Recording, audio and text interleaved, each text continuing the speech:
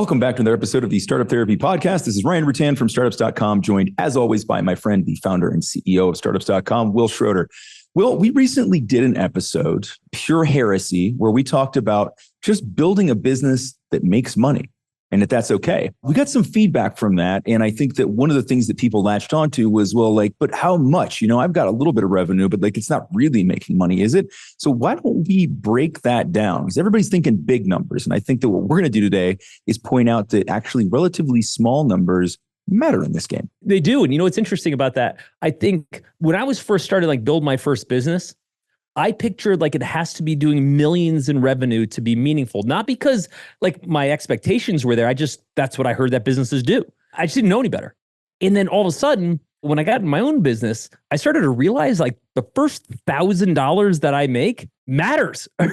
It didn't sound like a lot. You don't make the cover of Forbes back then for doing that kind of revenue. But what I started to learn, as we've talked to hundreds of thousands of startups since then, it's that first few $1,000s. And today we're going to talk about a number around $10,000. That is actually the most important point of the evolution of every business. And the $10,000 is a bit arbitrary, and we'll talk about that. But that first milestone that keeps the business alive before it keeps us alive, that just keeps the business going month over month over month, it's kind of the most important milestone you ever get to from a revenue standpoint. 100%, right? It's that the 0 to 1 moments are so important in startup land, right? We go from not having anything to having something, whether that's revenue, product, team, whatever it is.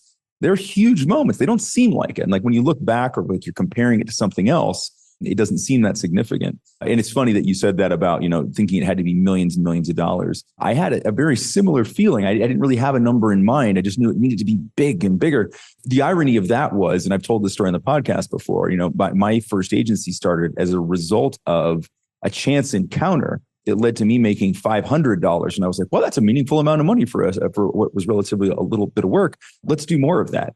And yet somehow I went from $500 to it needed to be $50 million when, overnight. It's well, now it's a business. So now it has to be big, right? Yeah. And here's where, I want folks to understand, folks that have been building businesses for a long time, serial entrepreneurs that listen to this podcast, they're going to be nodding along because they've been there, right? We've got the benefit of having gone through this whole gauntlet and understood exactly how important that moment was. But this is really for the folks that are going through this for the first time, that are yeah, this thing's only doing $2,000 in revenue, and feeling like maybe they're failing at something.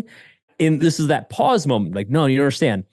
That first few $1,000s is the business. It's the most important money you'll ever make. And ideally a little bit more than that, right? But that first, I'm going to call it $0 to $10,000, is where 90% of startups never get to. That's it. That's exactly it. I think that's missing in a lot of places, right? It's so hard because people start to measure against that relative scale of the companies that are doing billions, or now, there's companies hitting the $1 trillion mark in market cap, and people are comparing it to that. And they're like, but I have so far to go. What they don't understand is that this is what greases the rails to allow you to get that far, right? And you had to get here first, right? Nobody started with 10 billion in revenue, right? They started with 2,000 in revenue or whatever it was. And those first dollars in are so important. And to your point, the vast majority of companies never get to that point. They don't get customer one in the door, right? It's counterintuitive because you only look around at your competition. You look around at the other businesses that are doing well. Sure, for every one of those, there are several hundred that didn't get to that point. And so I don't think that we can overemphasize how important it is just to get to that milestone, right? $1 in tells you so much about a business. Because when you don't have that, it's also a very specific answer about your business. If you haven't gotten to revenue at all. I had this survival instinct when I first got started in the business.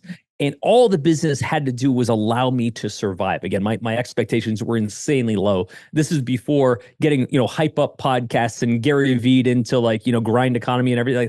It was just, it'd be cool. And this is my number. My number at 19 years old was $550. If my business could just generate $550, was exactly how much money I needed to live. To put that in perspective, my rent, which was by far my biggest expense because I didn't own a car, was $250. $500 rent split between me and my roommate, right? And then after that, like my electric bill was like $28. I mean, insanely cheap, cost of living at the time.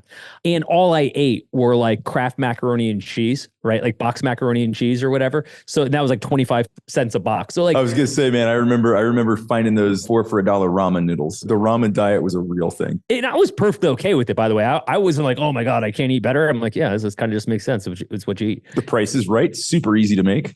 Right. But what I didn't, again, I wasn't far enough along in my career yet. What I didn't understand was how valuable understanding that milestone and just getting there. And what we'll talk about today is actually even before that moment. So let's first lay out two critical milestones, then we'll talk about kind of the progression. The first milestone is how much do we need to make so that the business can exist even if we can't. Right. So what does that mean? Well, maybe we have a hosting bill. Maybe we spend a little bit money in AdWords. Maybe we spend, maybe we have a physical product. So the cost to maybe store the physical product, right? Baseline costs, which just say, even if we can't operate the business on a regular basis and get paid for it, the business itself won't go out of business. It's a part of the adventure and part of the growth that a lot of first-time founders don't understand. They just assume the first milestone is when, sure, the business can pay its bills, but it can pay me. No, that is the second milestone, right? First milestone is the business just stays alive. The second milestone, ideally, we stay alive with it. Yeah, I can go back in time. And I guess if we adjust for inflation, that probably lands pretty close to that 10K number in terms of, well, actually, that would have provided some business survival and some me survival. Now, of course, it depends on the type of business that you're building. At the time, my expenses, right? But at the time, my expenses were quite minimal. I was also at university. I was employing a bunch of people who were in university. And so they were very inexpensive resources, mostly because we was just a little time here and there, right? I wasn't paying fully loaded salaries and benefits. It was just, we were just scrapping it together and making it work. I'm going to struggle to remember the exact number. I could probably dig up the document somewhere, but it was somewhere around like 6,500. And we had hit this number in revenue like for 4 months in a row on average, right? If I average out the last 4 months, it came out to that. And I remember at that point thinking, okay, this is now amazingly stacking up a little bit of cash in the company accounts. So there's a bit of a buffer there. We're more than covering the expenses. And I can now afford to start actually paying myself a regular salary as opposed to a distribution here or there, again, just to keep my lights on. So it was extremely meaningful, right? Like I remember looking at that and thinking like at that point, I did celebrate. I celebrated the hell out of that. I finally got to a point where like now I can see doing this on an ongoing basis. It took away, that little man running out in front of me, building more runway month by month just ahead of us, and allowed me to say like, look, I don't have to think about that part anymore. Now I can think about what the next milestone look like. And everybody's number is going to be different. In this episode, we're talking about, $10,000 per month is that, first milestone. Now your number may be totally different, maybe higher, maybe lower. But what we are talking about is the number at which the business can survive even if we can't be running it at the time, okay? So first, let's just talk about why that number fluctuates or kind of, what we're trying to optimize for, because the milestone really matters and understanding the value of the milestone really matters. So what we're talking about at a high level, we're saying, what's the absolute minimum the business needs just to keep running, okay? So again, I would lump in things like, depending on the business, your web hosting bill, right? Like your basic AdWords budget or your marketing budget, if you have one, just to keep enough customers coming in to generate revenue. Yeah. I would say think of anything that if you took it out, it would cripple the machine, right? Like you can take the leather seats out of your car, right? You can do a lot of things, but if you take off 2 of the tires, you're done, right? That stops moving. So these are the kind of costs that we're talking about. These are things that if you were to remove any one of them, it would critically injure the business and impede it from being able to function at any level. You bet. And I'm going to call those existential costs, right? This is the absolute minimum. By the way, even if the business isn't like doing anything, even the business is entirely coasting, which it probably will for a while. And we're going to get to that later. This is enough to say that it's just not turned off. Okay. Now, my number has varied over the years depending on where I was and what my costs were and what the business's costs were. Again, every business is a little bit different. But I think over time, across 9 companies, I started to understand this concept so well that I would build a plan, like a go-to-market, just for this milestone. Now, what's cool about that is like, it's way more achievable. Stick on this for a second, right? This is important. Well, this is super important because I think this is one of the things where you and I talk to lots of founders and we look at the financial plans. And do they ever reference that point clearly? No. They don't. They aim way beyond that. And I think the thing that's really, they don't understand that it's important. They don't understand that it's important to have a plan specifically to build to that, because what we do to get to $1 million in revenue might be something it will be something very different than what we need to get to 10,000. And so when you build your plan around that, you're less likely to get to it. If you can focus on this milestone that we're talking about, get your existential costs covered, then you can begin to write that second level of the plan. But it has to look very different, right? What we do to take the beach looks very different than what we do to conquer the land. Absolutely. And we talked about two thresholds. One is the existential cost of the business, meaning the business can just operate. And of course, the second milestone is then what's the existential cost of ourselves? Sure. Now, in many episodes, we've said that businesses don't go out of business until the founder goes out of business, meaning like we literally can't afford to operate. We're kind of flipping that on its head a little bit here. I just want you to understand, the folks listening to understand, what we're saying is, how can we set the business up as a standalone existential unit where it can operate even if we maybe need to go take a break and do something else, like get a job or do some consulting for a while, so we can come back to it, okay? Because what I've learned, and this is what you were just getting at a moment ago, is that there's often lots of stuff along the way in the early phases that essentially fund the existence of the entity that don't scale whatsoever. Most obvious, I'm literally working another job so that this business can exist, right? Happens all the time, perhaps 90% of the time. You know what I mean? For sure. No, and again, I think that goes back to, and a lot of those things don't occur to people because they didn't plan for that, right? The word that you mentioned was the one that I had in mind during this entire segment, which was scale, right? One of the things that we hear is people are spending lots of time, money, efforts, planning around things that will scale. We want to make sure we have a scalable this and a scalable that. I'm like, why don't we just, clear the fence before we worry about scaling anything higher than that? That goes lost most of the time. And unfortunately, a big part of that comes from the funding narrative, because they have to sell that big scaled story. They start to believe it and they forget that, look, in order to be around long enough to achieve funding or do anything meaningful with it, I have to make sure that this thing can survive, right? I think you and I both said this on the podcast, but perhaps the most important currency in a startup is time, right? It's Absolutely. The ability to persevere. Be around long enough. Don't die. That's the key, right? Just keep swimming. Our early plans that we put together are all about this most basic milestone. And I would argue, I don't care what you have to do to get there, so long as you can get there. For example, when I was starting my first business, I was trying to get a web design company. We were trying to get web design business, but nobody knew what the internet was at the time. A little bit hard to do. Turns out, how did I actually pay my bills while I was doing that? I was a receptionist at one of the largest law firms called Jones Day, Revis and Pogue for like a year and a half. I was a receptionist to 150 attorneys, right? Now, here's the funny story. While I was doing that, while I was sitting at the front desk of Jones Day, this major law firm, greeting clients and doing whatever I had to do, I had my laptop in front of me, which back then was very unusual. Like laptops were brand new, it's like 94. And I was writing HTML while I was checking people in and building my web pages. Incidentally, Jones Day did my legal work to start my first company. It's treated me incredibly well over the years. But whatever I had to do, that was my existential plan. I'm literally answering phones for a law firm while I'm trying to build a tech company. Right? You can't get more disconnected than that. No, it isn't. And look, we've talked about this in a couple of podcasts, I think, but it's a conversation I have with founders all the time. Had this come up yesterday in our Getting Customers workshop where somebody was like, well, I'm just nowhere near being able to get a customer. And I've got 6 months of personal runway, but I can't see revenue for the next 12 months. And I was like, well, then let's move those sliders. We either have to move up your runway, or we have to move down getting to revenue. I said, well, there's just no way. We won't have the product ready. We won't have this ready. I was like, well, you already have the expertise. So we started talking about a service-based proxy. Let's go sell something else that leads into and feeds the product development. We talked about this a couple of podcasts ago.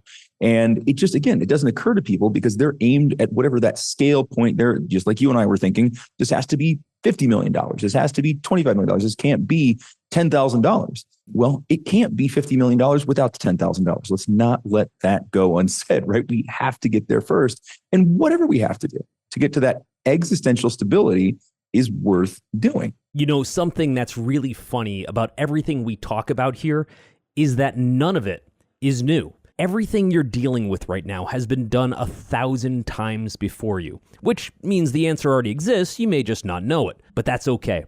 That's kind of what we're here to do. We talk about this stuff on the show, but we actually solve these problems all day long at groups.startups.com. So if any of this sounds familiar, stop guessing about what to do. Let us just give you the answers to the test and be done with it. I always think of a video game analogy here. You know how at the beginning of every video game, you have nothing? You know, they always put you in some perilous situation. Like right now, I'm thinking, one of my favorite games of all time, Fallout, where you always exit the vault and you have like nothing but your vault jumpsuit and like maybe a pistol or something like that. I have an empty knapsack and a screwdriver. Yeah, exactly. I have an empty knapsack. And then like you always have to start with like a melee weapon or something like that and kind of work your way up, right? And it's not pretty how you get there, right? Like you're beating up like mutant dogs or something like that, right? It's not pretty how you get there. But all that matters is you survive long enough, whatever the mechanism is, to be able to kind of build a base to level up from. Frankly, honestly, that's actually my favorite part of those games is like there's the ingenuity that comes with getting started. But it's a new startup quote for your wall. I wake up every morning and I eat a mutant dog. That's how I got where I am today. But the same applies where in the formative stages, it kind of doesn't matter what we do. So long as we get through that survival stage to give us an opportunity to build for later. Now, what I fear is that most founders don't actually understand the cadence or progression of a startup. From the outside, it looks something like this. It's relatively linear. It's relatively, okay, yeah, we have good months, bad months, but it's always kind of moving up and to the right. That is not how startups work at all, whatsoever, full stop. And that's right there is where people break their planning. Oh, by the way, why would you know this? Right. But having been around, a few 100,000 of them, I can tell you. It's becoming fairly clear. It's pretty clear. It looks something like this, right? Let's use our video game analogy. Okay. I exit the vault. And for those of you that don't understand Fallout, it doesn't matter. Go play it. It's an important startup lesson. Yeah. I exit the vault. I go out into the wasteland, right? I have nothing. I'm thinking, well, I get this, then I just keep leveling up, etc. Imagine it goes like this. You get out there, you encounter your first monster or whatever you get in front of, and you get killed and you get sent back to the vault. Then you go out and you make it a little bit longer, then you get killed and sent back to the vault. It's a bunch of starts and stops, like hard stops and resets, not just a bouncy progression to success. Every single time you get stomped out, you get the video game version of killed, you have to start over again, okay? Meaning we made revenue, and then we came to a hard stop. We didn't make any revenue, or we made minimal revenue. We couldn't pay people. We had to stop, restart, and start again. That's what building a startup looks like, which means you got to make sure your home base, which is the startup survivability, can survive all of those restarts. Yeah. And I think, again, I think a lot of those restarts are caused by aiming a little too high to begin with, right? I think if you were actually aiming at existential stability instead of $50 million and hoping to trip across the line of existential stability, when it happens accidentally, I think it happens a lot later. And I think it's a lot harder to achieve. If you aim for that specifically, if you're like, look, I don't need the Gatling gun. I just need to eat a mutant dog. Let's just get to that point and do whatever we have to do. And I think I'm always pleasantly surprised when I come across somebody that's doing this. I have a funny example here in Guatemala where I called an Uber. And Uber said, I'll be there in 7 minutes. Sorry, but do you have any suitcases or anything with you? And I said, no. Okay, cool. He comes and picks me up. I started talking for a few minutes, asked me what I did, and started explaining a little bit. He's like, oh, that's really cool. He's like, well, so the reason I asked you if you had any suitcases was I drive this Uber, but it's too full. It's keeping the lights on while I build my agrochemicals distribution business. And the reason I picked Uber was because I just drive where I need to take stuff and then hope to pick up a fare or hope that there's a fare that's going near where I need to drop stuff off. So this guy had a trunk full of agrochemicals, which I was a little like, not super comfy with that. Are they organic at least, right? Like, let's not crash. I want to be dissolved by some sort of horrible solvent. But I loved that, right? I loved that he was like, look, I'm doing this and it's going to support me through this period. And I found even a way that something as divergent as driving Uber sounds, he found a way to tie it to the business and make it beneficial in more than one way. And I love that. I was like, this is amazing. That was me being a receptionist at a law firm. I was like, hey, I'm surrounded by a bunch of attorneys. Maybe they understand how to do an incorporation, which back then was impossible to do. That was like a $30,000 project. Oh my God, impossible and expensive as all hell. Yeah. And I was like, oh, maybe they can help me with my contracts and stuff, which they did. Again, it wound up being an amazing relationship. Those guys were awesome. But it's interesting to me because in those early stages, I don't think folks understand that there will be multiple hard resets. And in order to be able to survive those resets, the business itself has to be able to survive. So let me be a little bit more specific as to what that will likely look like. So I'll use my own example. So I'm running Blue Diesel. This is, again, the web company from way back in the 90s. And I'm working at the Jones Day at the law firm, getting paid like $5 an hour, if whatever minimum wage was back then in the days of yore. It's just enough to keep the lights on, but I'm actually getting our first clients. Now, our first clients are not paying us anything, like hundreds of dollars, because no one understands what the internet is yet. Okay. Or ribs. Yeah. I also got paid in ribs. Wil and I both got paid in food at one point. Yeah, I was perfectly okay with that. So I probably got paid more in food than I did in actual cash at the time. But that's okay. At some point, we ran out of money. Just slow contracts coming in, and it's a people-intensive business. So I had to pay salaries, which were all college kids at the time. So it was fairly fungible.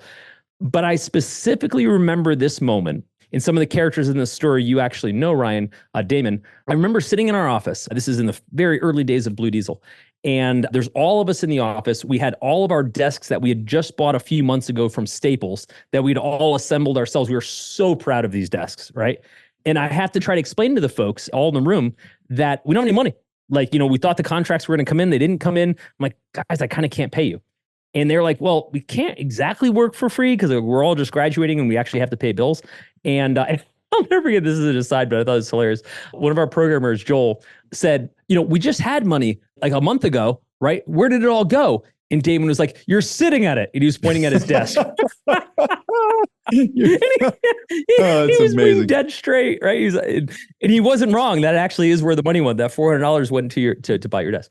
But I had this thought at the time. And I thought, what if we just didn't shut down? We have no money, right? And I've clearly have no savings. What if we just didn't shut down? We're going to have to evacuate this office because we can't afford this, right? We're going to do something with these $400 desks that we just spent, all our money on. I was like, what if we just go back to my campus apartment and we just work out of my apartment? At that point, there's kind of nowhere else to go, but we'll still exist. And I just thought it was being desperate, which it was, just to be clear, right? I had zeros of dollars and I had nowhere to go. There was no backstop. There's no home to go to. There's nothing, right? This was it. What I realized when we kind of moved back in my apartment, it wasn't exactly a glory moment, by the way. But what I realized was hey, if we just always have some backstop that we can, reset back to whenever kind of shit hits the fan, then we can kind of just not die, right? Yeah, it's the safe point, man. What happens in the future? Fun fact, almost to the day, Ryan, a year later, we would sign a $250 million contract. And if you just think about how different those two moments in time were, unbelievable, out of a story. And how important the one was to achieving the other, right? Because there were lots of other decisions in the decision tree, right? You said there was nowhere else to go, but you could have just said, look, I'm going to up my hours at the law firm. I'm going to do whatever. I'm just going to quit. I'm going to go get a job. I'm going to do whatever. So, it's that time that buys you so much just to be around and to be able to get to that next moment, right? Now, we've talked about, there are also times where you're pushing that too far and it is time to pack up the tents and go home. But at these early stages where there's truly very little cost, and I mean that in a lot of different ways, you were young, the operation of just keeping the lights on wasn't significant because you were going to keep those lights on anyways, because those were the lights that you woke up to and went to bed to, right? So you were living in that place. We did the same thing, by the way. I actually didn't ever have an office. Kind of.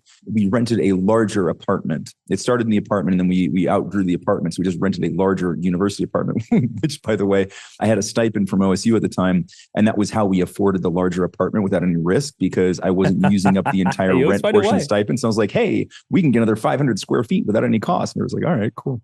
We moved from one side of Neal Avenue to the other. That was as far as we went, 1248 to 1249.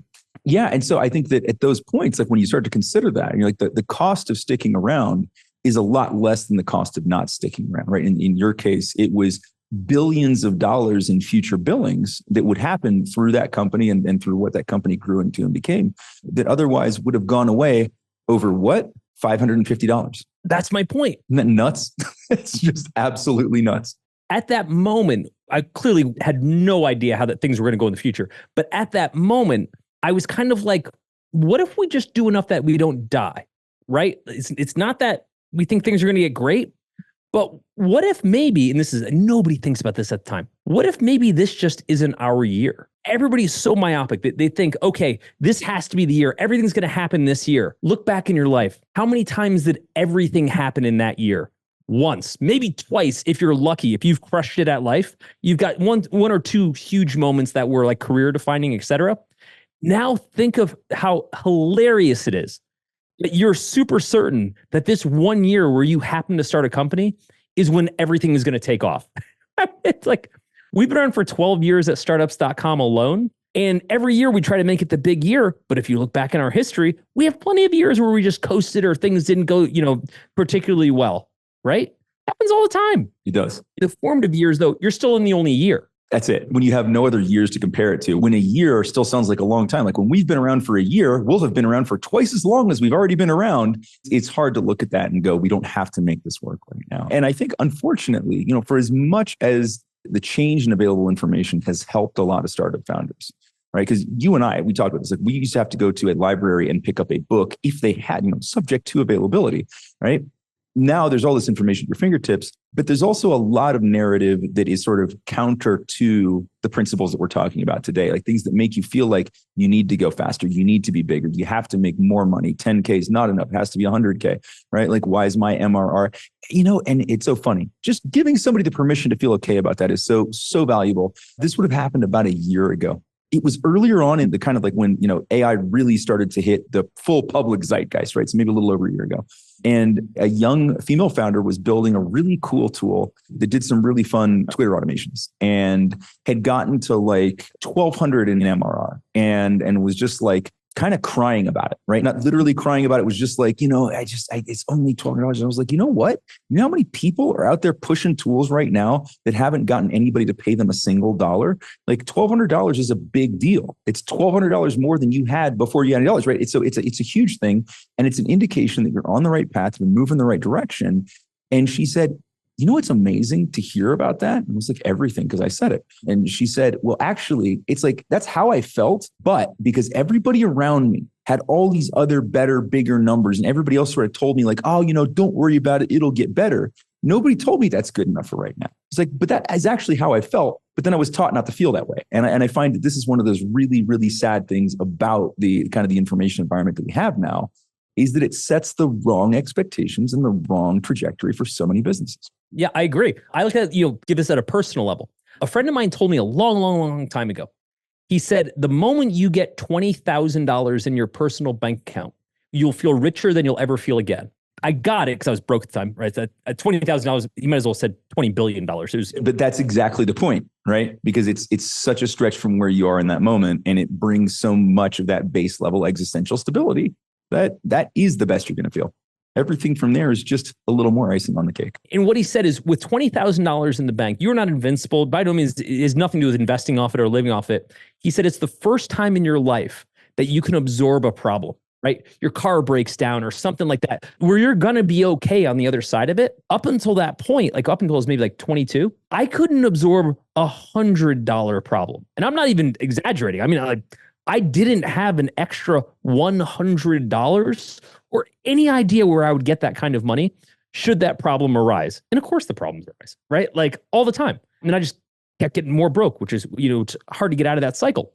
But for startups, that first 5,000, 10,000, that allows the business, to kind of absorb some of those hits while you're still figuring shit out.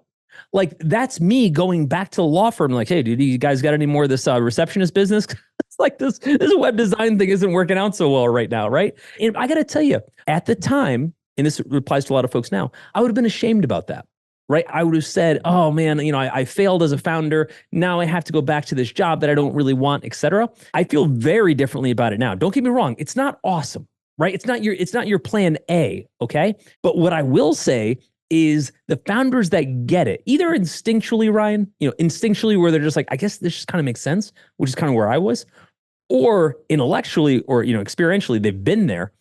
They're like, yeah, you know what? Sometimes you take steps back, right? It would be cool if that weren't the case. It'd be cool if we only took steps forward, right? That ain't how this business works. Yeah, I don't think I've seen one that was built that way, though.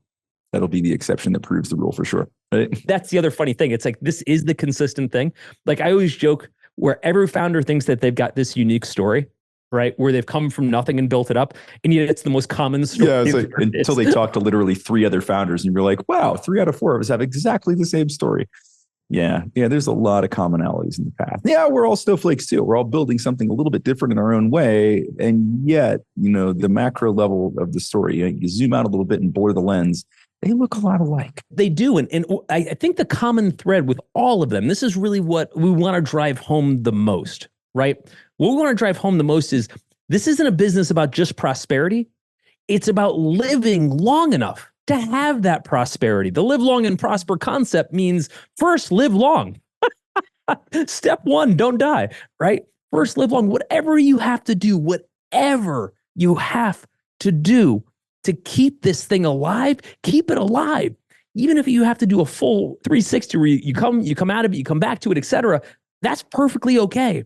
The key is keep it alive. And so that first $10,000, $5,000, whatever your minimum number is, just to keep this thing alive is the most important money you will ever make and ever keep consistent, because it allows you to get to that point some way down the road where you can prosper. So in addition to all the stuff related to founder groups, you've also got full access to everything on startups.com. That includes all of our education tracks, which will be funding, customer acquisition, even how to manage your monthly financiers. There's so much stuff in there. All of our software, including BizPlan for putting together detailed business plans and financials, LaunchRock for attracting early customers, and of course, Fundable for attracting investment capital. When you log into the startups.com site, you'll find all of these resources available.